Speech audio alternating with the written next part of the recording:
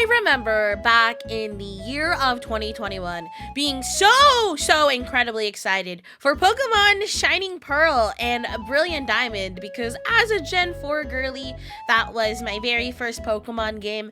So having a remake was probably one of the most exciting moments I had for that year. And I was utterly disappointed by how, dare I say, dog shit the game was. Speaking of not very good games, today we are going to be reacting to the worst Pokemon games and why by MandJTV. Just to give you context, I am a TCG player. I am a very casual VGC player. I don't really do anything competitive on the VGC side, but I'm always very curious. I like watching Wolfie's videos and the such. So I am excited to hear why these games are not that great. I am not normally someone who is highly critical of Pokemon games. I've heard either. plenty of criticisms of X and Y. Sorry, I had a small freak out. Pokemon games. I've heard That's my favorite Pokemon. You may think it's Vaporeon.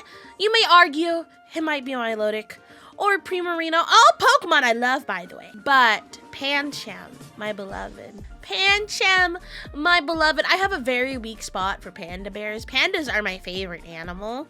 I know, shocking. I am the goddess of the seas and the ocean, but a little panda is my favorite animal. So Pancham is my favorite Pokemon of all time. He's just a little guy. I love him. plenty of criticisms of X and Y being too easy, Oris lacking a battle frontier, like Sun and X Moon and having Y. too many unskippable cutscenes, I agree. Sword and Shield's bland wild area, and Scarlet and Hey! I will not stand for Sword and Shield hate.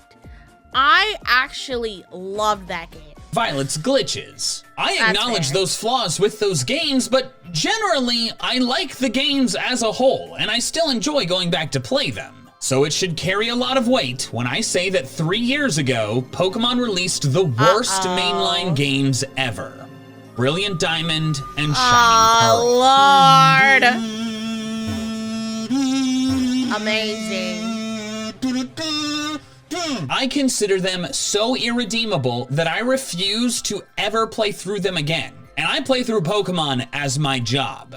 In this video, I'll explain my reasoning for that opinion, but I'm saving my most controversial reason for last. The first thing I must I'm address is my interested to definition hear. of worst, because an understandable counter could be Red and Blue are objectively worse games. And that is generally true. BDSP have the quality of life improvements that have I mean, I haven't played Red and Blue, so maybe I don't have anything to say about it, but I mean, are we talking worst as in it's probably the most, like, not as developed as the other games? Like, I guess maybe he's gonna go over it, but everybody's definition of worst is different.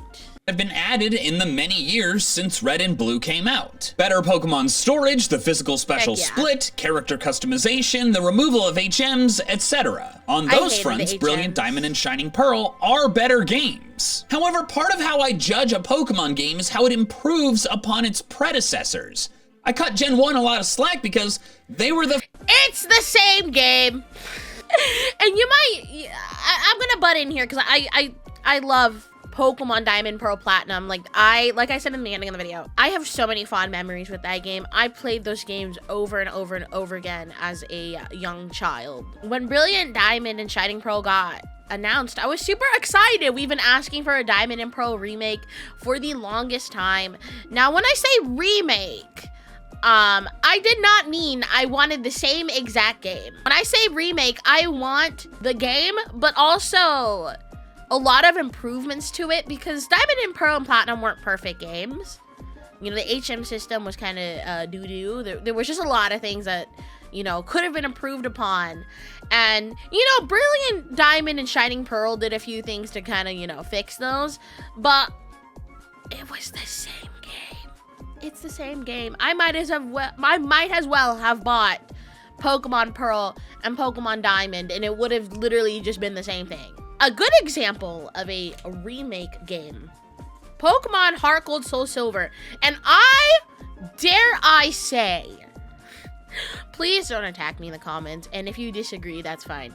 I think Pokemon Heart Gold and Soul Silver are the best games. in Pokemon, next to Pokemon Black and White too. Am I a little bit biased because I started in Gen 4? Yes, but I have played a few of the older games on like emulators. But I honestly think that Heart Gold Soul Silver is an amazing game. I almost want to say it's perfect. It's not 100% perfect, but I think it's the closest we can get with mainstream games. So sorry, I just had to say that. That's a great example of a remake from Pokemon Gold and Silver. Old.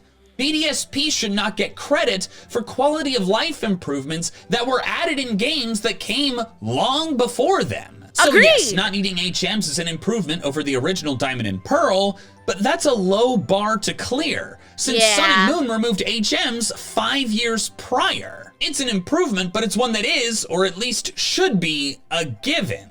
In short, I'm judging the games based on the context of when they were released. So while by many measures BDSP are better than older Pokemon games, they are worse games overall. Because in many ways, they are worse than games that came before them. And that is not acceptable. That's really sad. BDSP's flaws fall into 3 main categories: highlighting issues with the original Diamond and Pearl, neglecting improvements from later games, especially Platinum, and creating new changes that either fall flat or cause outright harm. Let's start with the first section, highlighting issues with the original Sinnoh games. Diamond and Pearl added some great things to Pokemon. The main one is the physical special split, where moves are individually denoted physical or special instead of by type. This made it so some Pokemon who were completely unusable before were actually usable now. For example, Kingler, Sky High Attack, all water moves were special, but now it could use physical Crab Hammer.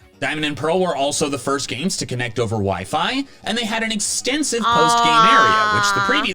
I will never forget the Wi-Fi. The amount of people I bothered at school during recess, like us hiding our Nintendo DSs under our shirts to make sure like the yard duties didn't see us have our Nintendos because those were not allowed at the time. I don't know about nowadays. Do they allow stuff like that for elementary schools? I know when I went to elementary school, they did not do that. We would do like the local stuff and like trade, and it was a lot of fun. We would like hide under the playground and stuff and trade. Sorry, I had to like throw that in there. This region, Hoenn, totally lacked. Being a new generation, they added a bunch of new Pokemon, many of which were evolutions of older Pokemon that sorely needed them, which I really appreciate. I hate Probopass.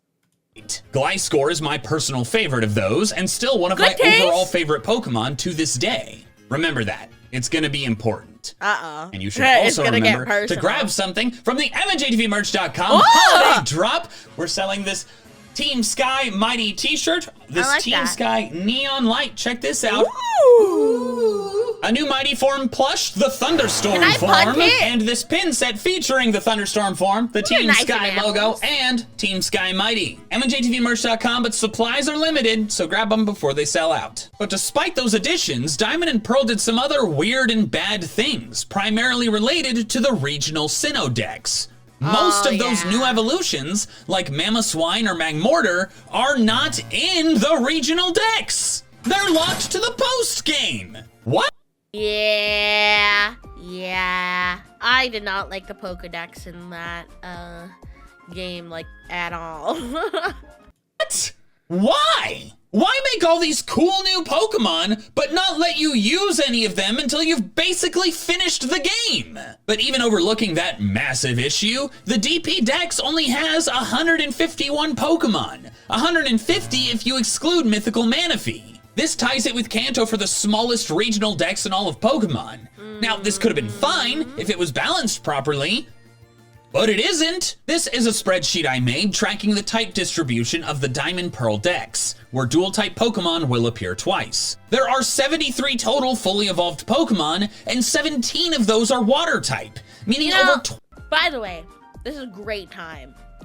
If you have not seen my video, I forgot the exact title, but it should be along the lines of, so I attempted a Nuzlocke with all water Pokemon. I did it in Brilliant Diamond and Shining Pearl because I saw the Pokedex number and I was like, oh wow, Lots of water types. This should be a breeze. I died the first gym. Skilled in TCG, not in VGC. What can I say?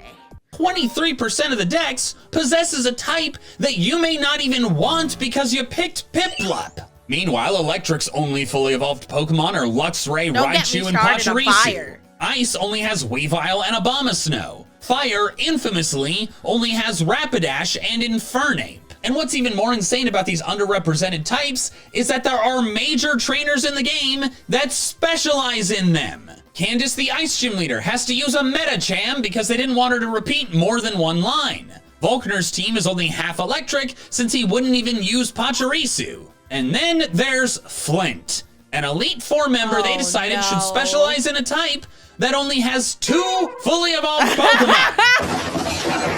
Now, he's not the only Elite Four member to have this problem. Agatha and Lance are specialists in types that only had 1 evolutionary line in their region. But again, original games, I cut more slack, and also they sort of remedied it by having them repeat Pokemon. But Flint does not repeat Rapidash or Infernape, resulting in him being the only supposed type specialist where less than half of his team actually fits his type. He has Lopunny, Steelix, and Drifblim. Yup, definitely a fire type trainer. And he's using the same fire types you've already seen your rival use a million times. Both the player and the NPCs are way too limited in their team options, and BDSP has those same issues. But they didn't have to. They could have fixed it because Platinum did.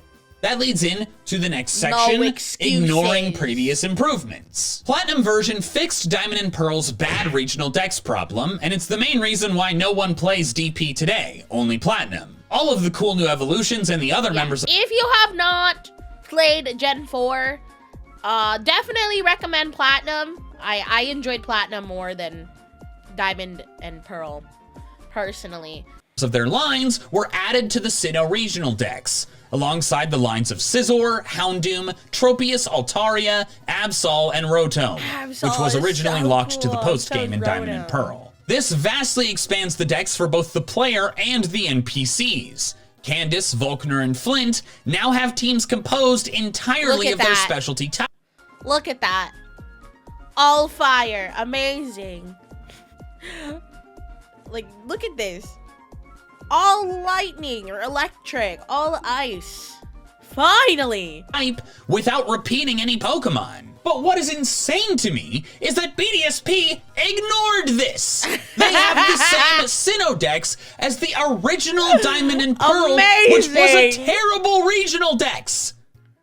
What? Agreed. Why? Other remakes have kept the same regional decks as their original versions, specifically Fire Red Leaf Green, Heart Gold Soul Silver, and Let's Go. But they had no other versions of those regional dexes to reference. The Platinum Sinnoh dex was right there! It's a Gen 4 Sinnoh dex! Now, to be fair, BDSP are not as bad as Diamond and Pearl in this specific regard because of a new feature they added that I actually do like, the underground hideaways. In the Gen 4 Sinnoh games, no wild Pokemon could be obtained in the underground, but BDSP allowed you to find overworld Pokemon in habitat-specific hideaways added to the underground map. The pool of Pokemon expands the more badges you get, eventually allowing you to find a ton of Pokemon once you have the national dex. But the way they did this was not good enough. First off, while the player can use these underground Pokemon, the NPCs do not. So Candace, Volkner, and Flint are back to their awful, half-baked teams. Then, while many of the Platinum Dex lines can be obtained underground, several are still locked to the post-game, like in Diamond and Pearl. Eevee fans and Glaceon fans especially get really burned by this. Eevee is post-game only, like it was in Diamond and Pearl, not early game like in Platinum. Then, even once you get one, you can't get Sylveon at all because BDSP are wholly incompatible with any Pokemon Gen 5 and later. This includes regional forms, which were never going to be obtainable in the game locally, but you can't even transfer them in. Even Let's Go lets you get those. Oh my god, and Glaceon especially. Like, Oh my god. Glaceon Sword and Shield lovers, changed I'm its evolution sorry. method from leveling up near the icy rock to just using an ice stone. But BDSP ripped that away and kicked Eevee to the post-game, making yet another game where you cannot practically play through with a Glaceon. Glaceon was added to the So sad game. considering Glaceon and Leafeon are the special evolutions for this region. So the fact you can't even get it until you finish the game is crazy to me. Almost 20 years ago, and you couldn't practically play through with one until Sword and Shield. They hate Glaceon for some reason. I don't know why. It is I, Garanti, boy, and let me get right to it. Raycon is the sponsor of today's video, and you love their earbuds, right? Yeah, I've I never literally tried them. use Are them they that every good? day when I'm at the gym. You? Work out? Yeah. Huh. What was that? What are you trying to... Well, I'm here to show you the latest model of the Raycon Everyday Earbuds. Ooh, these look great. Wow, and they're really comfortable too. I want to go back to earlier though. Like, what was that? What were you saying? The Everyday Earbuds now feature a 32-hour Look at battery all the life, colors! multi-point connectivity so you can connect to 2 devices at once, and active noise cancellation, a must-have for flights. There's also a new quick charge function, 10 minutes of charging for 90 minutes of battery. You can also get a protective really case good. cover. Look at mine. Stylish, right? Absolutely. Great time to get them too, thanks to Black Friday. Yes, indeed. Go to I'm a little bit out from Black buyraycon.com/MJTV Friday, or click but, the link below to get up you to know, 30% off I'll site-wide wait. as I'll part of wait. the Black Friday sale. I will definitely be grabbing some as gifts. Great sound quality at an extra great price. But I do need to circle back to what you said do earlier. need to get Are you some implying earbuds, though. that I My look like I don't work AirPods out? are- I'll have you know, I am in excellent shape. Oh, Over 5 sorry, years old I already. cannot hear you right now, and I have to go. Oh, okay. Ta-ta! But going back to the underground Pokemon, Pinsir, Smoochum, and Teddy Ursa were randomly I hate added. Smoochum. Sure, I'm sorry for all my Smoochum lovers. I hate Smoochum. but what they did that is so enraging that my vision blurs every time I think about it is that they made some Pokemon available, but don't let you evolve them. You can get Duskull, Rhyhorn, and here we crucially, go.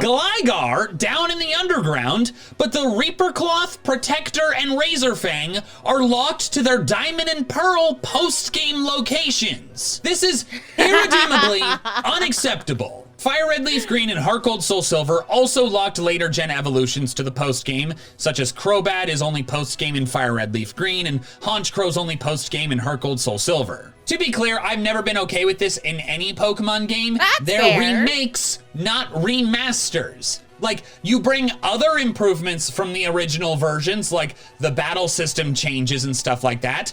The new evolutions, those are improvements. Bring those over too. Let the Pokemon fully evolve during the playthrough. Omega Ruby Alpha Sapphire did this right, adding later gen. Please don't hate me. I didn't enjoy Omega Ruby Alpha Sapphire. Before you guys start typing your really, really angry paragraphs, because I've said this before and I've been yelled at by my friends. I associate this game with some really, like, I guess bad times in my life, which is probably why I don't like the game. But I don't know, maybe one day on stream we'll revisit it. We'll play it. I'll give it a fair shot. It'll get its fair shot, but I don't know. I didn't enjoy Omega Ruby Alpha Sapphire as much as like some other people, which honestly makes me really sad because a lot of my friends loved this game and I can't share that sentiment with them because I didn't. So, but this was a really, really long time ago. So maybe one day we will revisit this game.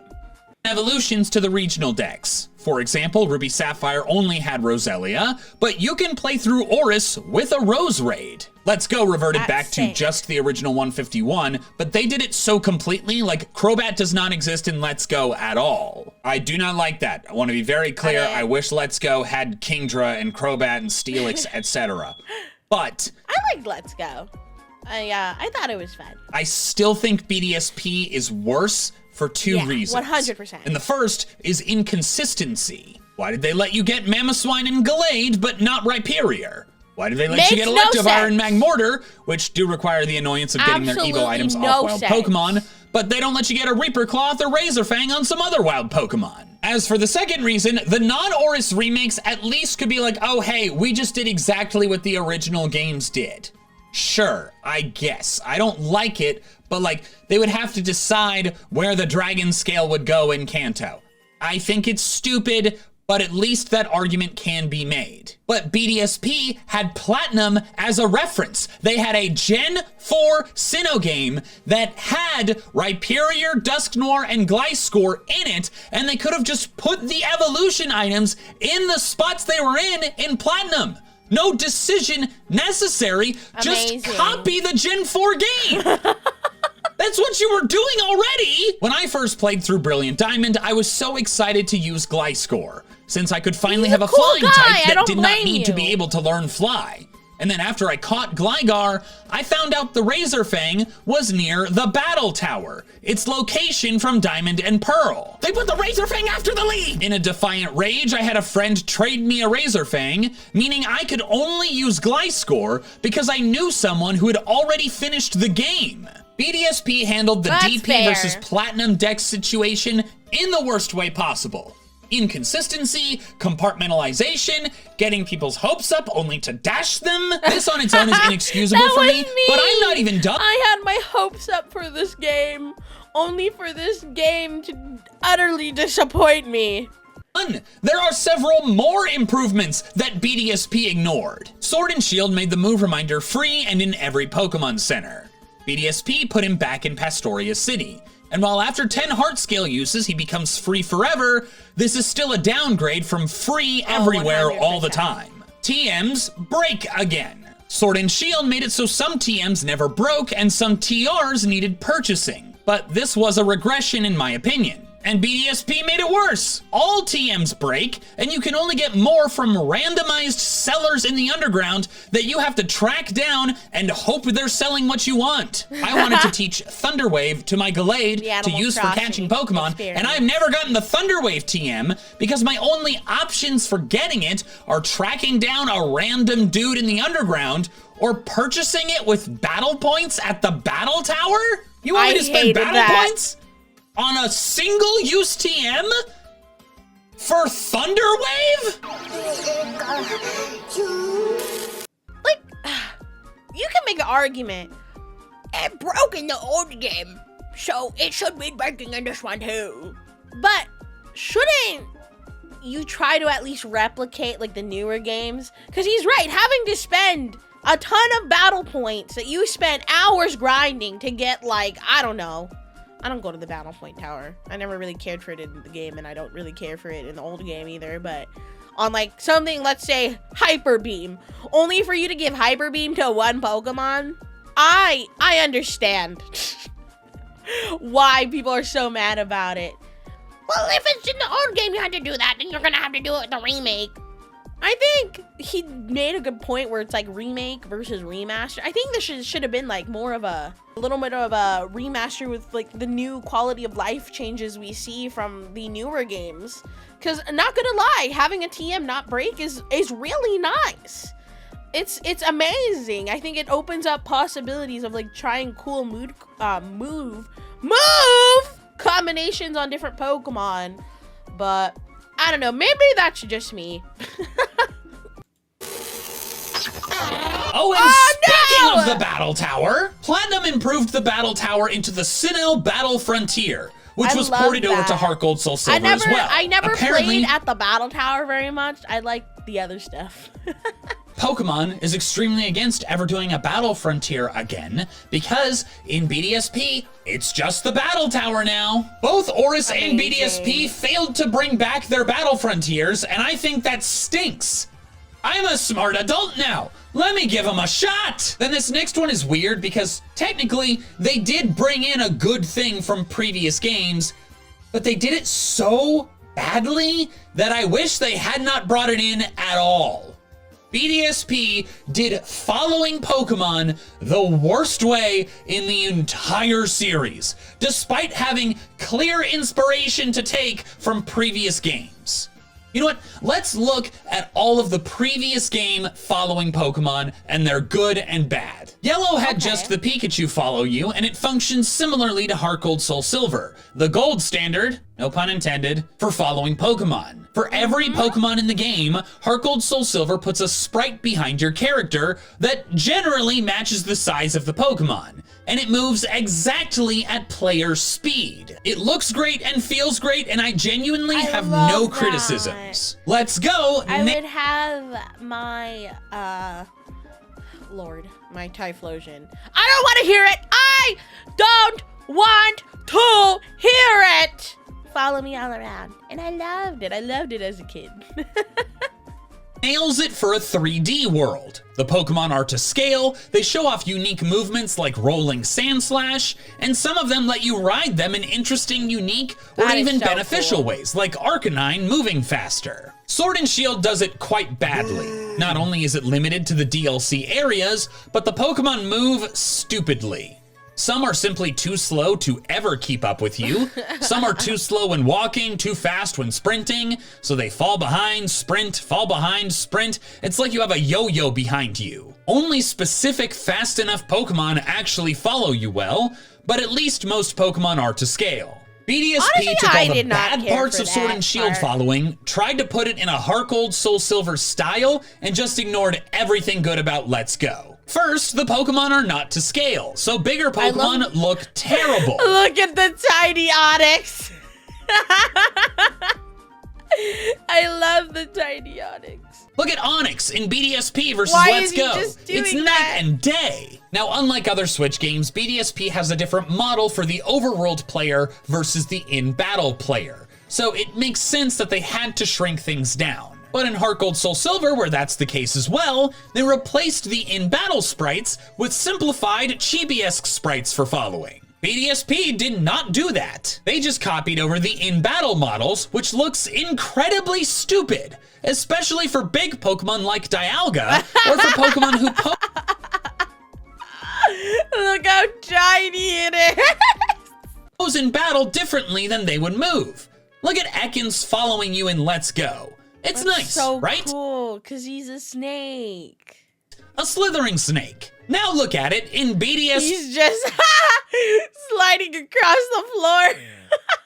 It epitomizes trashy laziness. Additionally, they took all of Sword and Shield's movement problems and put them into BDSP. Some Pokemon are too slow, then have to sprint. Some are just too slow and can never keep up. It's annoying to have anything follow you, so I never did any of it. If they were gonna do following Pokemon right, they needed chibi Pokemon models, maybe similar to the ones from Pokemon Rumble, and those models should have followed the player at the speed of the player, no matter how fast the Pokemon actually is. I do not care about realism in Overworld Sinnoh. I'm playing as a character whose head is 3 times the size of their body and all the buildings face the same direction. Make the Pokemon cute and small and move at my speed. Now, of course, I'm aware That's real. making all of those chibi models would have been a lot of extra work, especially for like 400 or whatever Pokemon. So if on a time crunch, which, let's be real, they definitely were, they simply should not have had the feature at all. They only had it in Amity Square in the originals. So just make cute separate overworld models for the Pokemon that can go there and don't let following happen anywhere else. Instead, they tossed this in seemingly as an afterthought, happen anywhere else. Separate overworld model. They only had it in Amity Square in the originals. So just make cute separate overworld models for the Pokemon that can go there and don't let following happen anywhere else. Instead, they tossed this in seemingly as an afterthought and marketed it as a fancy new feature that's just a worse version of something that already existed in previous games. And now for the final category of problems, new things that suck. I know I said something else earlier, but that's basically what it is. You could summarize this as, oh, you kept the DP Sinnoh Dex to be faithful? Then why'd you do this? First is how the game looks. This is quite subjective, but I don't personally like it. Although it may not... I don't either. It looks dog shit. be for the reasons that you think. The chibi art style was heavily criticized, but that doesn't actually really bother me that much. I think they could have gone for something more like an Oris, but I understand preserving the shrunken person style for this type of world map. What I really don't like is how the battles and the characters look. Many Pokemon are not to scale, which they were in Let's Go. None of the characters got cool redesigns like they did in Oris. And also, I think they just would have been sick. Look bad. Every time I go to a Sinnoh Gym Leader's Bulbapedia page, I get jump scared by their BDSP art. The renders look emotionless and like they're made of weird clay. No other 3D Pokemon game has made me feel like this. I don't know why. I'm not an artist or a... No, I get it. It's a different style than the other games, because like even Sun and Moon, in my opinion, looks better than this. I don't know what I myself can't put my like finger as to like what it is about the style, but it just doesn't like it does, like he said, look like clay. But I understand, right? It does look like clay. There's just something that just doesn't feel like heart was put into it. And I want to reiterate the point he made earlier. I feel like this was such a great opportunity to kind of improve on the old Diamond and Pearl designs. Not that there was like anything super duper wrong with it, but Oras did it. Heart Gold Soul Silver did it. What is your excuse now, Pokemon? Why didn't you upgrade the designs? Game developer, so I don't know if it's the shading or the models or the expressions, but like I just don't like how any of the people look.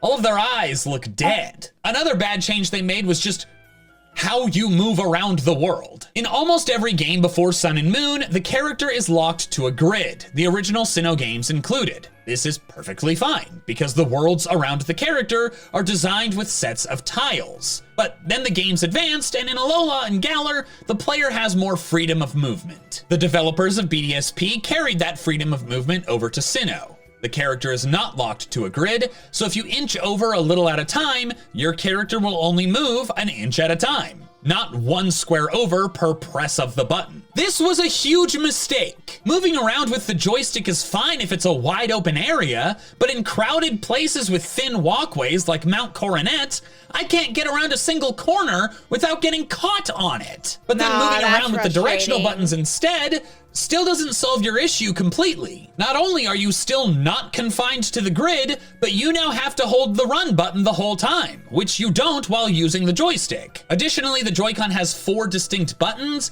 as opposed to a 1-button D-pad where you can change directional inputs just by tilting your finger. This causes problems because when I want to change directions, my thumb leaves a button, then hits another, causing a momentary stoppage in input. Yeah. So most of the time my character pauses for a moment before turning. Maybe it's better on a Pro Controller, but I've had way too many Pro Controller D-pad problems to tolerate that. And what's frustrating about this is that there's 2 ways they could have done it better that earlier games did. The first is an Oris. Moving with the circle pad does not lock the character to a grid, but if you want to swap to the D-pad, it instantly puts you back on the grid. Plus, the 3DS has a traditional D-pad, so changing directions is smooth and instant. I liked that. Let's Go never has the character on a grid, but they redesigned the world to account for that. For example, Kanto's Route 13 is the one with that random labyrinth of fences. Who built these?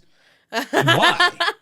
Did their herd of cows turn into minotaurs? But anyways, in the 2D games, the paths between fences are only 1 tile wide.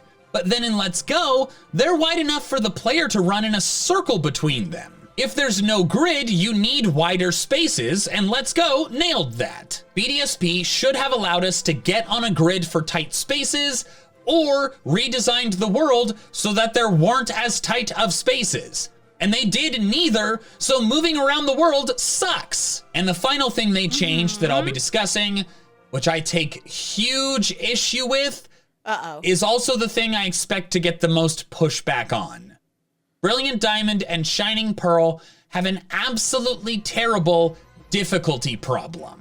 As you progress through the game, you have a universal experience share, something not present in the Gen 4 games. This is a problem, because they did not adjust the major trainer battle levels to compensate for this. By the time I fought Volkner, my entire team was level 52 or 53, while his highest was 49. Now, they did It was try too to compensate for easy. this, but it didn't really work. As time goes on, the gym leaders start to use better items. Byron uses a soft sand and citrus berry, but then Candace's Snover has an icy rock to extend the hail, and Sneasel has a chopal berry. Volkner's Raichu has a shuka berry. Additionally, later gym leader Pokemon start to have EVs, which trainer Pokemon did not have at all in the originals. However, despite that, I beat basically all the gym battles handily, even playing on set style. For the most part, the game was really easy. And that's not just because I'm an adult now. I have lost to Platinum Candace as an adult. Yeah, I say, as my last Nuzlocke, I lost to the first gym leader. But I don't know if this is maybe an issue that's just across the recent games, because I remember, to be fair, I was a child, right? I was younger. I struggled with Platinum, Diamond, Pearl. I struggled with Heart Gold, Soul Silver. I struggled in these games. And I really wish that I was able to struggle with some of the more recent games, because I thought Sword and Shield was easy. I thought Let's Go was easy. I thought Scarlet and Violet was easy. So I don't know if maybe this is just a problem with just recent games, but unfortunately Brilliant, Diamond, and Shining Pearl also fall under this. Most of my team was weak to ice, and she has a Frostlass with Snow Cloak and Double Team. Fair enough. Which is a really nasty set, I'll be real. But BDSP didn't have that. But essentially, the result of the universal experience share was like, okay, the game was really easy, but now I should not have to grind before I fight the Elite Four. And the slog of grinding before that, it's always been my least favorite part of Pokemon. So I entered my first fight with the League with my team at or almost at level 60, and Cynthia's highest level is 66. It felt like a nice middle ground level because I wanted to do it on set battle style and without using any potions. The game had been so easy up to that point, I'm like, yeah, I'm gonna give myself this challenge. And then I learned they made the League ridiculous. All the Elite Four have intelligent EV spreads. They're not maxed out, but having smart EV spreads when the original games had no EVs at all is crazy. They also have excellent natures, mostly jolly and adamant for physical attackers or timid and modest for special attackers. Their IVs are almost all perfect, including 3 of Lucian's Pokemon having 0 speed IVs, because he uses Trick Room. 0 speed IVs for Trick Room. That is a competitive Pokemon player strategy. And that's not the only one they use. Flame Orb Guts Heracross. Rest Chestoberry Hippowdon. Life Orb on Sheer Force Steelix and Magic Guard Alakazam. Oh, and did you notice anything about some of the Pokemon I just mentioned? If you didn't, well, some of them have their hidden abilities. And then they really said, let's make the game super easy, but the Elite Four playing against competitive VGC players. They really did just say that.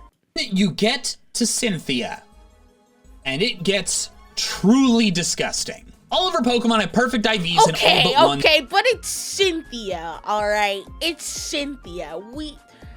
I struggled with her in the older game, so I'm not surprised. Stat. And that stat is usually the offensive stat they're not using. They have maxed out EV spreads. Their strategies are ridiculous. Leftovers Gastrodon, Flame Orb Marvel Scale Milotic. Her Garchomp, which was already infamously hard in the old games, now has Rough Skin, holds a Yachi Berry, and knows Swords Dance. She has a fully competitive team that probably outlevels your random EV, random nature Pokemon, and she's using full restores. I played on set. Cut my girl Cynthia some slack, all right? I'm a Cynthia Glazer, I'm sorry. But despite my extensive Pokemon experience, I still lost to her on my first try. I even came back having EV trained my Weavile and still did not outspeed the Garchomp.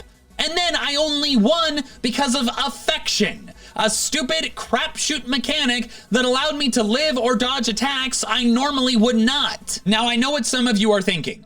This is really cool.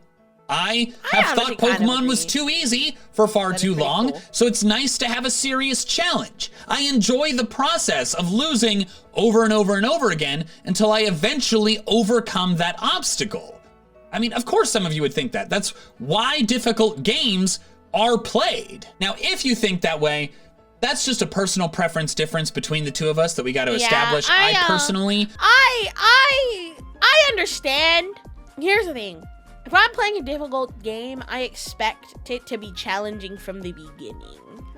You know, not easy in the beginning, as opposed to making it an absolute breeze to get through, like, the first 80% of the game and the last 20% being super duper hard. To me, that's like, what the hell? You already set my expectations that this game is easy, and then all of a sudden I am playing against some of the most difficult Pokemon teams to like play against just at all. So I understand, but also at the same time, I mean, they are the Elite Four and the champion for a reason, so. Avoid difficult games like the plague, because when playing games, I tend to prefer my kicking ass to getting my ass kicked ratio to be high. But despite that preference, I don't have a problem with Pokemon games including really difficult challenges. In this video, I've lamented the fact that we haven't had a Battle Frontier in 15 years.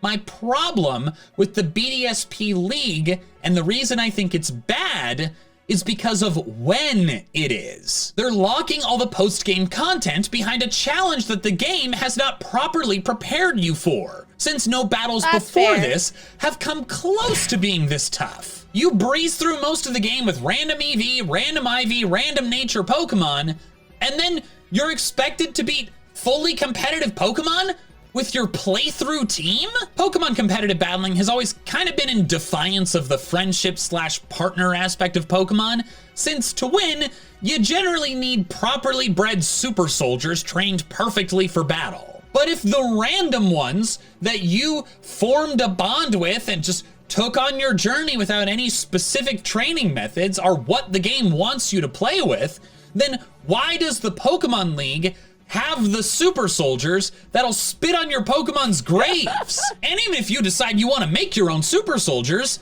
realistically, you can't. Some of the League Pokemon have hidden abilities. You can't get wild hidden ability Pokemon until you have the Pokeradar, which needs the National Dex, which is technically possible to get before you beat the League, but it's an insane time sink, no one's gonna do it. Many of the competitive items they use are only found in the Battle Park by spending BP. The power items for efficient EV training are also locked behind the National Dex. You can't even realistically breed for good IVs because the Destiny Knot is either found on Route 224, which requires you to beat the League, or you have to hope for a 1% chance to get it from pickup. So much of Pokemon's difficulty is affected by preparation and team building. But if you can't prepare in the same way that the League does, that is unfair.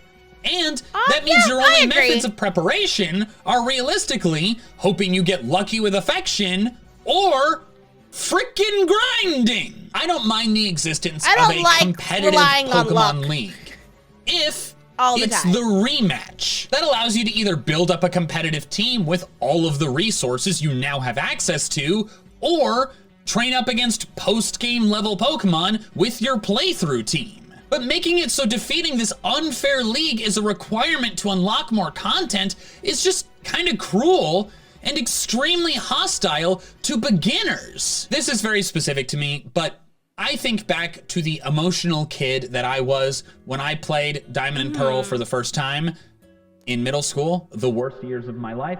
And if kid me had to fight this version of Cynthia, he would have cried with rage and probably would have beaten it eventually with excessive potion usage. That's what I did. I cried. My mother was just like, Poseidon, why are you so upset at this game? It's because I kept losing to the Elite Four and Cynthia. I did use the strategy of excessive potion use. Or many, many hours spent grinding, but I feel like it would have left a really sour taste in my mouth from the experience, and very well may not have gone back to play the games again for a very long time. I get that people getting frustrated and raging at video games can be funny and entertaining, but I personally don't like feeling that way, And I don't want a kid to have to feel that way to beat a Pokemon game. And yes, I understand overcoming challenges can really help people grow, but I don't know about you, as a kid, I didn't want challenge in my Pokemon games. I got enough challenges just living my life. In Pokemon, I wanted to escape to a world in which I could explore that's and a real collect sentiment. and feel cool for kicking ass in battle. And so I feel bad for the kids like me who had to fight this version of Sinnoh's Pokemon League. Because it's this brutal, awful thing that keeps you from exploring and collecting more. But even if you disagree with me on the difficulty piece of it, I believe that Brilliant Diamond Shining Pearl's other flaws are still enough to make them the worst mainline Pokemon games ever made. If we get future traditional type remakes like this of other regions like Unova, I desperately hope that they learn from the mistakes of these disastrous remakes. Thanks so much for watching, and if you enjoyed this video, check out my video where I try to logically explain all of the Pokemon type matchups. And for the ones that I can't, I at least give you some fun ways to try to remember them.